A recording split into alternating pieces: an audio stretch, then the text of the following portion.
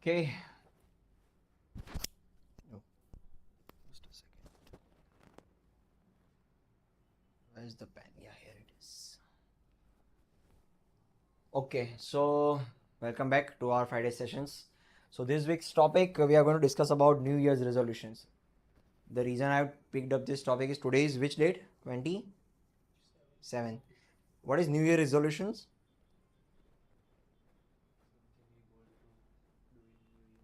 Yeah, something that we want to do in the new year. So we said New Year resolutions. So New Year resolutions means you have some goals that you want to set and you follow them in the new year and you say I'll start this from 1st January and I will try to follow it through. But have you ever succeeded in your New Year resolutions? What resolution did you have? My resolution was actually getting fit. Okay. So and that bow stabbing was also is one of them. Yeah. I learned that thing. But as in, were you able to sustain it for a long time or you learned and then stopped? No, I stopped. Yeah. So what I will explain generally why do we people fail in goal setting and why they set goals but they are not able to follow through and what shift can you do to change that. So why resolutions fail? So what happens is whenever you start a resolution that is like from the 1st of January I'm going to do this, I'm going to do this approach, this goal, and I'm going to start doing this six things. You have this list in your mind. What happens is you are doing it through your willpower. And what happens is when you start first week, 2 weeks, you are able to sustain through that willpower. And then a roadblock comes. Something happens in your life. There is you have to go to some event, you have to go to some other thing, and you are not able to go to the gym. So there is one lapse, two laps, and then it becomes the habit. The habit breaks in between, and then you're not able to follow through. So it happens with all the all the habits or all the resolutions that we start, that you start initially, but then there is some roadblock and then you're not able to recover it, or if there are a couple of roadblocks then you're not able to sustain it. So instead of resolutions, or instead of having big goals or having goals which are very specific, what you should instead do is you should do an alternative approach. And why do we fail? This is the statistic. That statistics show that 80% of the resolutions, they fail by February. February is the second month, so 80% of the resolutions that you have taken at the start of the year, they fail by February. And common reasons are what? Unrealistic goals. So people say, okay, I'm going to lose 10 kgs in 1 month. If you have never exercised, do you think you can lose 10 kgs in 1 month?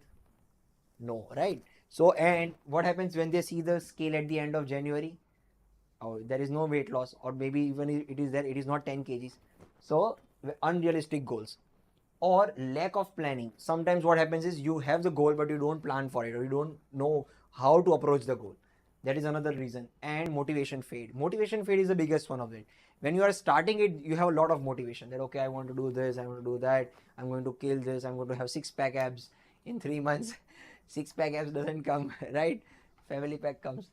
Motivation gets faded. The motivation might be that okay, I have seen someone who do it, who has this fit body, I want to emulate them, or I have seen someone who has better habits than me, I want to emulate them, but you're not able to follow through. And resolutions are often rigid and outcome focused. So outcome focused, as I said, that okay, if you want to say 10 kgs in 1 month, that is very outcome focused. Outcome focused means the only thing that you are thinking about is 10 kgs. You're not thinking about how to reach there, what to do it. And what happens is if they are very rigid and if it is very outcome focused, then your mind gets disheartened if the goal is not reachable. Okay, if 10 kgs, but even if you lose 1 kg, then your mind will still think it is a failure. Why? Because I was going for 10 and I only got 1. So this resolution framework itself is it has a lot of inherent flaws. Of course, in some cases strict goal planning and strict goal resolutions work as well, but mostly the new resolutions do not follow through to the second month because of these reasons. So the reason the problems that we talked about, the goals are binary. Binary means only two states are possible, either success or failure.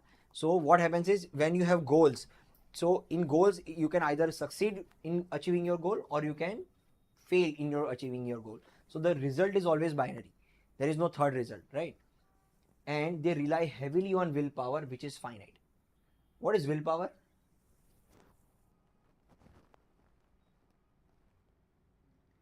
So there is this okay,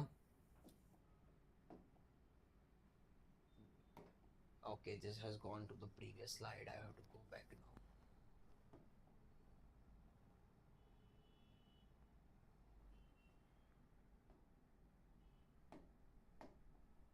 Just a second.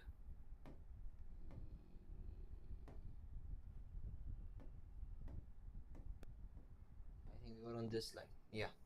What is willpower?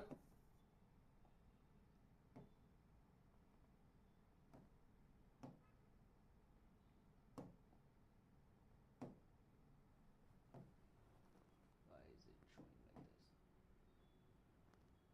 Okay, we'll do it like this only. What is willpower?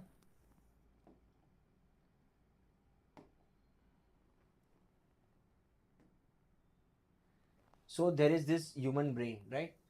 I'm just creating a drawing of the brain. There is lots of connections going on within your brain, right? There is this amygdala that goes down the brain. This is like just a demo example of how the human brain goes.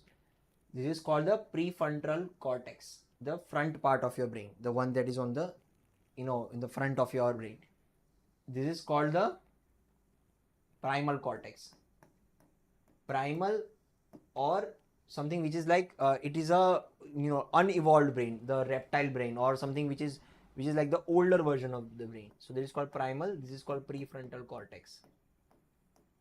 Prefrontal cortex. Okay. Now what happens is, inside your brain there is a hormone, or there is, let's say, don't treat this as an hormone. See this as like a limited storage of willpower. Let's say you have 100 willpower in the morning. So in the morning you said, okay, now you are asleep, it's winter season, you have taken up a kambal or razai, you are sleeping, and the first alarm goes off. Like in the morning you have kept a resolution that I am going to wake up every day at 5 a.m 6 a.m and go for gym or go for running, do anything, right? First alarm goes off. Now to get up from the bed and go to the gym, you require willpower, because the natural state of body is that, okay, this is comfy, why should you leave the bed, why should you go out and do this such thing? So what happens is, at the starting of the brain there is this willpower, it's in the primal brain. Let's say it was 100 before. The moment you woke up and you went for the gym or what for the run, the willpower is now 80. 20 units of willpower is gone in the morning, first thing in the morning, and you come back. Then for example, while you are coming back and your vehicle gets punctured, and then you have to drag your vehicle to the nearest puncture shop, get the puncture done and do it. Why do you need to do that there? Because you need your vehicle to come to the office. Again the willpower gets depleted and goes to 60. Now for an example, the hot water in your home goes away, there is no geyser, now there is no hot water and you have to bath with cold water. The body does not want to do it, right? So this 60 goes down to, if you still need to bath and you bath with your cold water, this falls down to 20, because it takes a lot of willpower in the brain to do something which the body does not want to do. Any decision that you want to make, each decision that you make also reduces this power, and by the time you reach office the willpower has gone to 10. Now you are not in capacity of doing anything revolutionary, anything new, anything out of the box.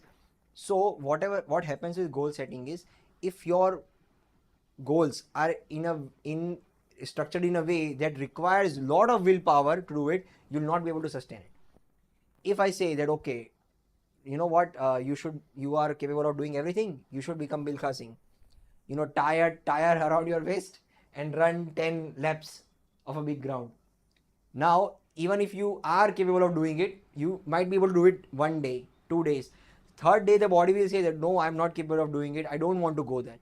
It takes a lot of willpower to combat that feeling and go there. And that willpower hormone is very limited, so it gets depleted very fast, and that is why you're not able to sustain something which requires a lot of willpower. Okay, focusing on goals creates pressure and discouragement during the setbacks. So for example, if you are going to a gym and if you're not able to hit your target, or if you're not able to measure the progress that you want, then you feel discouraged that okay, I'll not be able to do it. If you had set the resolution of 10 kgs in a month, and as I said, you just lost 1 kg or 1.5 kg, then you feel discouraged that no, I'll never be able to lose weight, I should give up. So any kind of setbacks, they create a lot of problems in doing neurologically. It creates a lot of problems in focusing on goals, because this discouragement or setbacks are too high. Okay, what if we this is a new system, so introducing systems thinking. So instead of goals, what if we think about systems? So what are systems? What is system? You should do it the presentation way only. Why? Just a second, I have to present it again. What is system? Do you know what a system is? Systems is like something which happens automatically in your life. Okay, you wake up, you brush your teeth, go to washroom, do get ready, come to office. This is all a system now. It's like a routine. That means that if your goals, instead of goals, if you develop systems to achieve what you want, then it is very easy to measure progress in life. So what system is? Systems prioritize consistent actions over results. So what my resolution, instead of 10 kgs in 1 month, should be 20 minutes exercise every day, right? So 20 minutes exercise versus 10 kg in a month. What is the difference between these two? 20 minutes daily is a system. 10 kg weight loss is a goal or outcome. So what do you focus on? Do you focus on the system or do you focus on the outcome? That is the main difference between systems and goals. So what we are trying to hit the point here is you should introduce system thinking into your brain. We prioritize consistent actions over results. So they focus mainly on daily habits and routines. So now the task that you have in front of you is to develop habits. Okay, if you think habit building is a bit complex task, okay, this is going to be a little bit weird, but okay. While wearing pants in the morning, which leg do you put first, right or left? While wearing the pant in the morning, Nakul, which leg do you put first? Right. Do you put left? Do you change it every day? Do you change it every day? Do you mean today, okay, I'm going to put this leg first and today I'm going to put this leg first? Like whichever leg is near my leg. Actually, I pick up my pant like this, so this hand is near, so I have put this leg. Okay. What about okay, fine. So what happens is whatever the system is there. Let's say for if we are whenever you're trying to wear a new pant, whenever new clothes. Okay, I'm wearing a jacket. Then the first hand that goes into my sleeve is always the one. If you are doing it daily and if you are habituated in it, then it is always going to be one. So I don't believe when you say that you put the other leg first. I would like to try you to try it. If you can try it with both legs, if you are habituated in both legs, then it is fine. If you are habituated only in one leg and if you try to put the other one, you'll tumble off. What I mean to say is, okay, another example. What hand do you brush your teeth with? Do you use right hand or left hand? Try doing it with left hand. What will happen? It will not feel right? It will not. You write whatever you want with right hand, right? If you want to write with your left hand, the handwriting will appear weird, because those are routines and systems done within you. So they are part of your psyche. Now you cannot change it. Even if you want to change it, you need to put a lot of effort in it. But building those systems or building those routines is a very integrate task. It takes a lot of effort in the beginning, but once it is a system, then you don't need to do anything. For an example, as I'm saying, for some people, going to gym is not very hard because it is a part of their system. They know that okay, when I wake up in the morning, the first thing I need to do is go to gym. So that is why they focus on those daily habits and try to make them part of their routine. Unless it is a part of your routine, it is not going to become a system. There is a book called Win Bigly by Scott Adams. This is recommended if you want to read. This book is a good book, and he's saying that goals are for losers, systems are for winners. So systems are the one that is used for the more scientific approach and more short approach in getting your outcomes. So goals are for specific outcomes, as I said, 10 kgs, like that. It has a success or failure mindset, and it is temporary focus. Instead, systems, they have sustainable habits. Sustainable habits means the thing that you do daily. Even if you relapse for a day, you do it again in a couple of days. And it has continuous improvement mindset. What happens here is, for an example, you hit 10 kg. What will you do?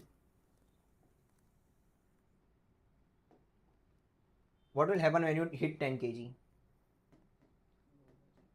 Huh? Achieved. Yeah, achieved. And then samosa party. Why? Because the mind feels, even when you achieve the goal, then mind feels that okay, this is, my process is complete. Now I don't need to put more efforts. So the mind will start focusing on other things. Instead, if you had sustainable habits, 20 minutes daily. Now, when do I stop doing this? There is no end point in this. Okay, this is like systems. If I have built a system of 20 minutes exercising daily, then I even might reach 10 kg, I even might reach 15 kgs. Still I'm not going to stop, because it's a system. I'm doing it daily regardless of it. So system is maintaining a healthy lifestyle. 10 kg is a goal, 5 kg is a goal, but maintaining a healthy lifestyle is a sustainable habit. Similarly, this is success failure. Success failure means what? Either I am going to achieve my goal or I'm not going to achieve my goal. For example, you have this within your academics, like okay, 90%. Did you heard this while you were studying? 90%, 80%, 85%, whatever. What happens when you set those kind of goals? When you don't get it, for example, whatever goal you set, that okay, I'm going to get this much percentage this year, and you don't get it, what happens? All sorts of problem, right? You think okay, this is not for me, you feel disheartened, you feel dejected, and instead of that, you said that okay, apart from that, I'm going to increase my learning capabilities every day by 2%. Whatever I have read until now, I am going to read 2% more. Whatever I have understood up till now, I'm going to do 2% more. If you have a systems oriented thinking, it is going to be a continuous improvement mindset. Continuous improvement mindset is, it does not stop when the goal is reached, right? And the focus there is long term. It is not just about 1 month, 1 year, or when you reach the goal. It is like forever. And that is what we need to inculcate in our life. So instead of thinking in terms of goals, start thinking in terms of systems. Okay, now example of this win bigly. So for example, let's say for you guys, let's say if you want to grow in 2025 as your own personality, in terms of your health, in terms of your fitness, in terms of your professional life, how will you do that? So the question is, the task in front of is, okay, I know how we need to build systems, but what kind of systems should I build? Okay, so Scott Adams, the guy who has written this book, and he's also the creator of this cartoon called Dilbert. Have you heard of this cartoon Dilbert? Do you read Times of India? In Times of India, whenever you open Times of India, there is this comic strip of Dilbert. It shows office cartoons, corporate cartoons. So you might Google for it, and it will show you. So Scott Adams' personal system. So building skills to create opportunities. So what Scott Adams suggests is, there is this term called skill stacking. Have you heard of this? Skills stacking. What is stacking? It is S. What is skill stacking? Stacking is what? Putting one thing on top of other, right? So stacking, and what are we trying to stack here is skills. So for example, let's say I ask you, what are your skills? Okay, what are your skills, Faiz? Development. Okay, development is one code. Okay, apart from that, can you cook? Cooking. Can you sing? Can you dance? Can you draw? Can you do public speaking? Yes. Okay, can you drive?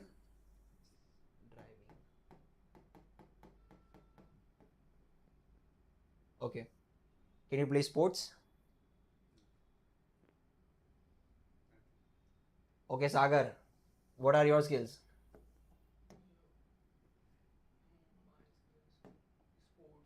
Sports, Sports. cooking. Which? Okay. Cooking. Sports. Then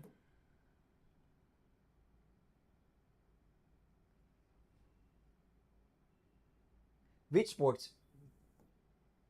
Cricket. I play every kind of sports. So this is the point that we are going to come on.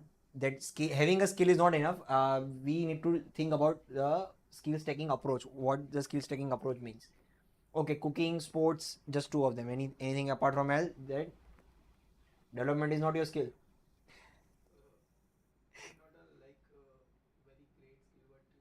but yes. Okay, development. Yeah, just three, four. Nagul,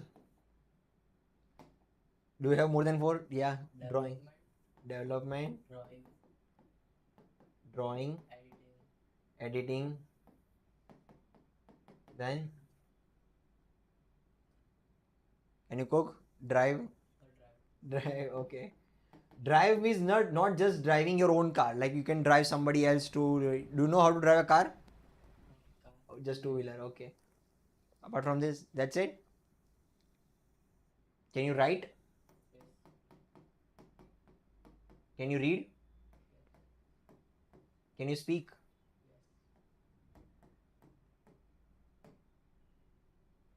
So here is the skill stacking. For example, I want to become one of the top 1% guy in the world. There are two ways to achieve it. For example, think an example of Usain Bolt. You know Usain Bolt? Who was he? Runner. The one who broke the record for 100-meter fastest running. So he knows one skill. That is what? Running. He became the top in the world by just focusing on his one skill, running, and just perfecting in it. Virat Kohli. What is Virat Kohli? Who is Virat Kohli? Cricketer. What skill does he have? Batting. Only one skill he has focused on, batting or cricket, let's say, and he has focused that so much that he has become the top 1% in the field of cricket. Now, there are two approaches. Either you can focus on one skill and get too good at it, but this ratio of success in this approach is very less. You are very unlikely to get success. Just think about this. The same academy that Virat Kohli was training in, how many students do you think, or how many players were there along with him who are playing in the same academy? Same coach, same academy. How many students do you think, or how many players do you think were playing with him? At least 200, 300, 400. They have got the same coach, they have got the same facilities, they have got the same thing. Still, they are not there with Kohli. Kohli is playing at the top level right now. Why? Because getting best in your field in only one domain is very hard. But what Scott Adams is saying is, if you can get best in 20%, let's say for example I say that development, if there are 100 developers in the world, I'm just giving an example, are you in the top 20? That is the question. Top 20% of that field. Driving, if there are 100 drivers in the world, are you in the top 20 drivers world? If you can say that, okay, I know cooking, are you among the top 20% chefs in the world? He's saying that if you can gather 4 or 5 skills where you can be in the top 20% of the world or of the entire human population, then you will become the 1% in your own unique category. Unique category means he has given an example for it as well. Do you know about Joe Rogan? Who is Joe Rogan? Podcaster. What skills does he have?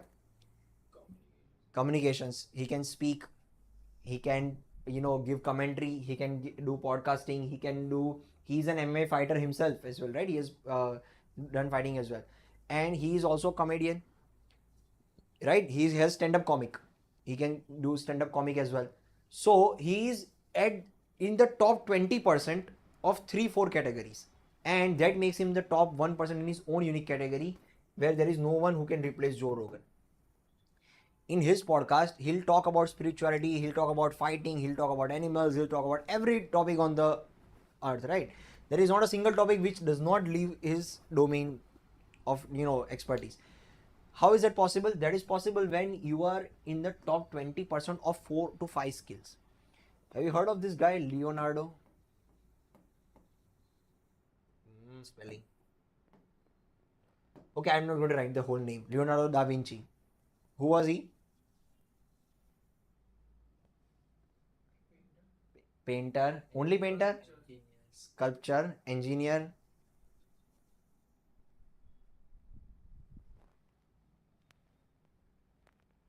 He was the example of what we call in there's a word for it in English. It is called polymath.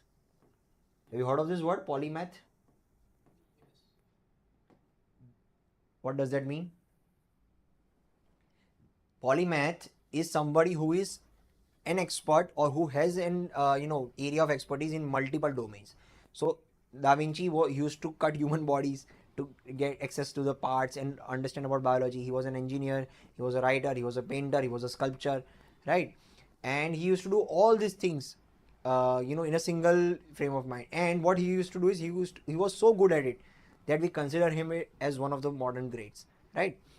And this is the concept of skill stacking. So skill stacking is if we keep on building skills, and that is why I'm encouraging you guys to build this skill of personality.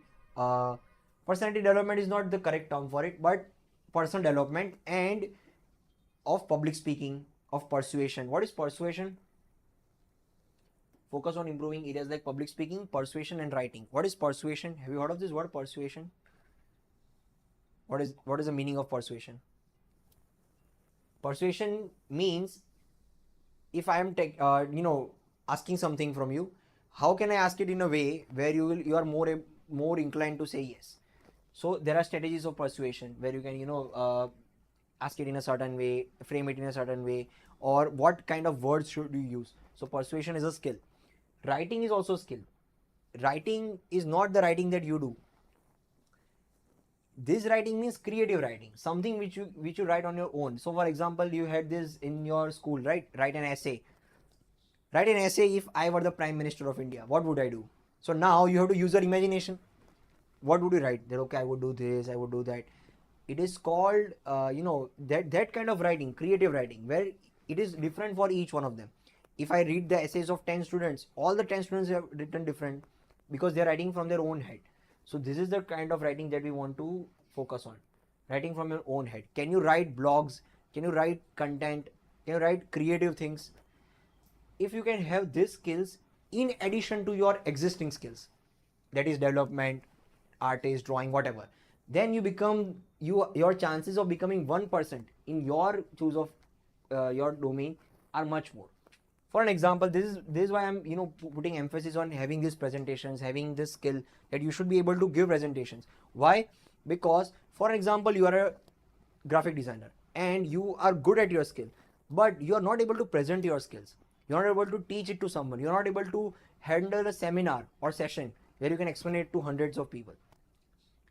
Then what will happen is someone who is even less qualified than you in terms of graphic designing, but he knows how to speak, he knows how to train, he knows how to explain, then he'll become the top 1% in your field.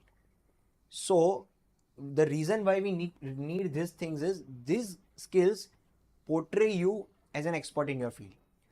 For think this as an example, there are lot of cricketers coming out, right? And the cricketers, when they retire, they go to commentating.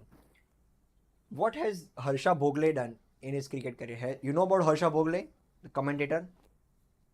You not heard of Harsha Bhogle? That's sad. Harsha Bhogle is a commentator. He's not a cricketer. He's just a commentator. But the domain knowledge that he has and the expertise that he has and his ability to tell the story is so much that he is still considered one of the major commentators in every commentary panel, right? He has not played any international cricket, but still his value, his approach is considered quite good. Jatin Sapru, right? Or this IPL, in the IPL there is this the presenter who is presenting, the one who is doing the shows on the TV. in between the matches, or before the match starts and after the match completes.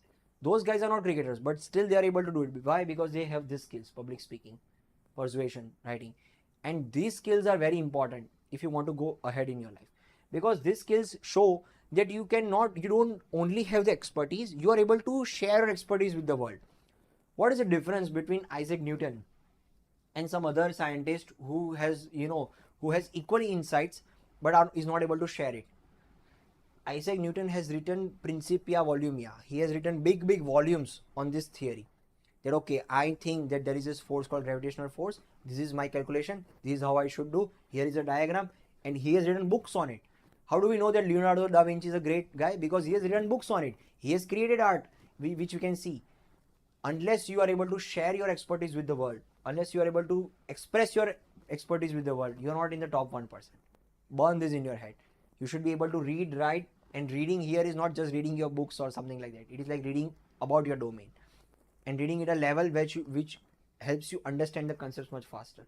So this is a example of improving areas like public speaking, persuasion, writing. And this is what led to the success of this cartoon, Dilbert. Dilbert is the name of the cartoon strip that this Scott Adams has created. It is widely successful. He was a finance guy. He was an MBA in finance. He was working in a company, and then he pivoted to drawing because he can draw.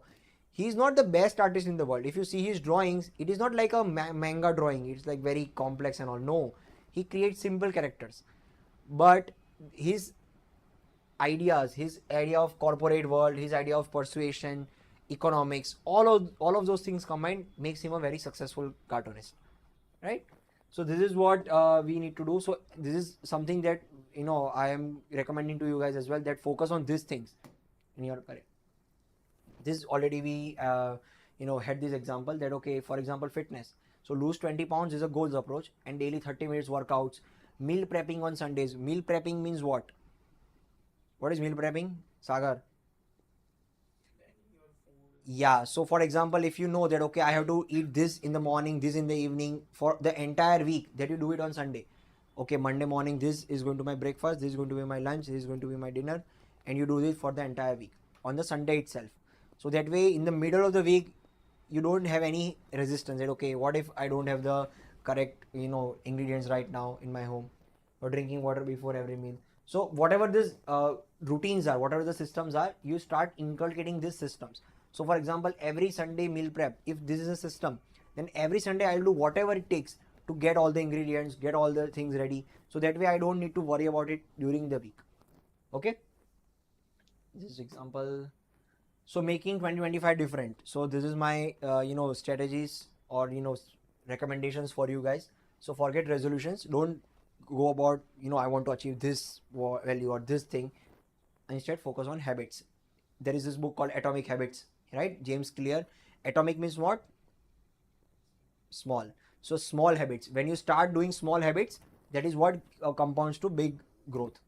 Start small but stay consistent, and treat setbacks as opportunities to improve. Embrace progress over perfection. This is very important. For example, 20 minutes workout. So 20 minutes workout, if you think that no, I'm going to do only one exercise for 20 minutes and just until I do it perfectly. If you have that approach in your mind, what will happen is you will not be able to sustain through. So embrace progress over perfection. Progress means if you are progressing, even if it is an imperfect progress, focus on the progress, because once the focus is on the progress, then what you'll do is the perfection will happen over time, right? It will happen over time. Celebrate small wins. This is very important. What happens is your brain is a feedback mechanism. Feedback mechanism is what? For example, I am giving you this presentation. I can see your faces. Now, if your faces start, falling down, if there is no energy in the room, then I know that this is not going through. Similarly, in your life, if you put efforts and you don't see the results, then your brain thinks this is not working. And if it sees result, then you need to celebrate that result, because then the brain will feel okay, if I get this result, if I get this, I have to celebrate. This creates a feedback loop. Then your brain will push even harder for your upcoming goals. So celebrate small wins is very important. For example, if you maintain streaks, right? You maintain streaks on Snapchat. You should start maintaining streaks on your habits. If you do a workout for 10 days at a stretch without any fail, you treat this as a celebrity gesture, right? Do that. Stay curious and adaptable. This is like the mantra for life. If you stay curious, Curious means what? What is the definition of curiosity?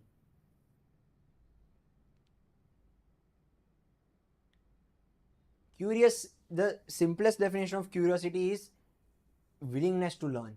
Willingness to learn means if I tell you that, okay, this is something that we can do, this is something you should do. Now I have given you this data, right? Now if there is a curiosity within you that, okay, I should try to learn about persuasion, I should try to learn about writing, I should try to learn about, public speaking.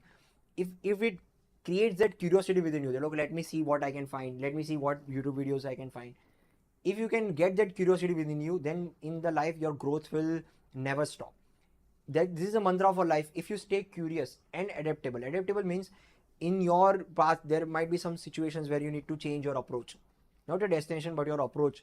And if you keep on adapting to your situations, then the progress keeps on happening. If you stay rigid in your approach, then the possibility of growth gets stagnant. I guess so. And this is at the end of that. This is the line from the same book.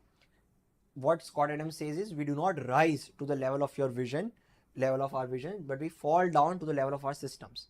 So let's say my vision is to, for example, I'll share you my vision that, okay, if I want to say I want to earn X amount of money this year, then if I am not, what my goal is and what my system is, there is a big gap between them. What happens is, this is a very, for example, these are levels of awareness or levels of consciousness. My goal is to have this star. This star is X dollars in a year, let's say, revenue. And I am here right now. This is me. Now I need to, okay, this is me. Now I need to go to this level. This is my current level of systems. Systems means whatever I'm doing right now. Whatever I'm doing right now is giving me Y type results. This is X, Y, same. And I want to get the X type results. If I do not rise to the level of my vision, I fall down to the level of my systems. If I keep the same systems, do you think I can achieve this result? Let's say I have this result of you. If you have this goal of 6-pack abs, if you keep eating vada pav, dabeli, do you think you will be able to achieve 6-pack abs? If you keep the same lifestyle that you are having right now, do you think you can achieve 6-pack abs? If that means unless I change the systems, I'm not going to achieve the result. So that means if my goal is big but my systems are same, then I'm never going to achieve it.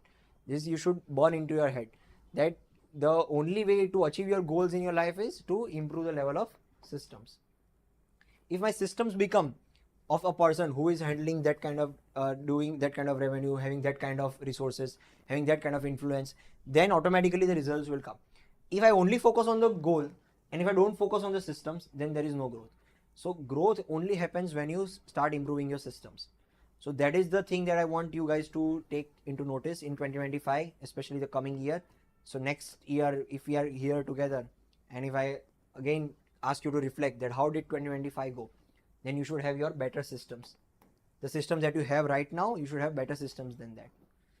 Okay, any questions, Sagar? No questions? Is it clear, or do you have any questions about it? Approach is clear, right? What is the difference between goals and systems? That is clear. So start improving upon your systems, and we'll do a mid-year check maybe to see how the systems have improved, right? What kind of new routines have you inculcated in your life?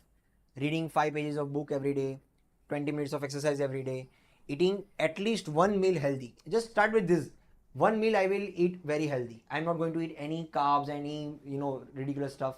I'm going to eat one bowl of salad or one bowl of healthy stuff for one meal. The remaining 2 meals I'll eat whatever I'm eating right now, but one meal. Start with that. If you can sustain it, automatically everything will start falling into place. Okay, I hope you guys have enjoyed this session. I think it's already 40 minutes, and we'll conclude this, and next time we'll talk about something else. Okay.